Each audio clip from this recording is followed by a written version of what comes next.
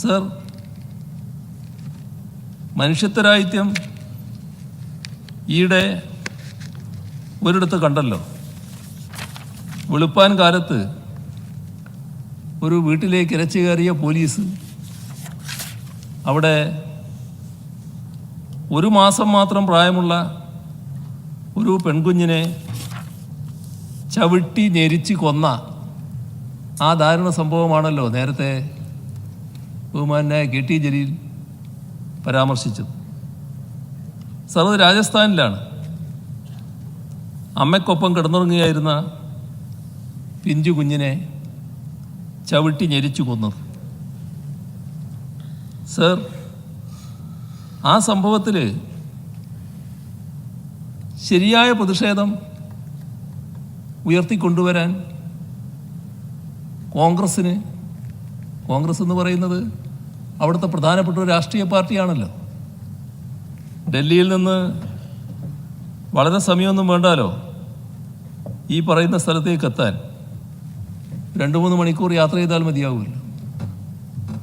ഏതെങ്കിലും തരത്തിലുള്ള ഇടപെടൽ, രാജ്യം ശ്രദ്ധിക്കുന്ന തരത്തിലുള്ള ഏതെങ്കിലും ഒരു പ്രധാനപ്പെട്ട നേതാവിൻ്റെ സന്ദർശനം ഏതെങ്കിലും ഉണ്ടായോ അവിടെ കോൺഗ്രസിൻ്റെ ഭാഗത്തു നിന്നും? സർ, എവിടെയാണ് മനുഷ്യത്വം?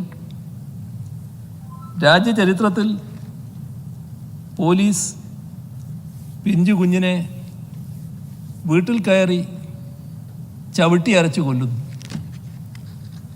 അവിടെ നേരത്തെ ഇവിടെ പറഞ്ഞു സന്ദർശിച്ച CPIM പോളിറ്റ് ബ്യൂറോ അംഗം ബൃന്ദാ കാരാട്ടിനെ കുറിച്ച്. ദേശീയ തലത്തിലെ ഏതെങ്കിലും ഒരു പ്രധാനപ്പെട്ടയാൾ ഞങ്ങളുടെ ഭാഗത്തുനിന്നും അവിടെ പോയി ഞങ്ങളുടെ വികാരം പ്രകടിപ്പിച്ചു, അവരോട് സഹാനുഭൂതി പ്രകടിപ്പിച്ചു എന്ന് പറയാൻ കോൺഗ്രസ്സിന് കഴിയുമോ?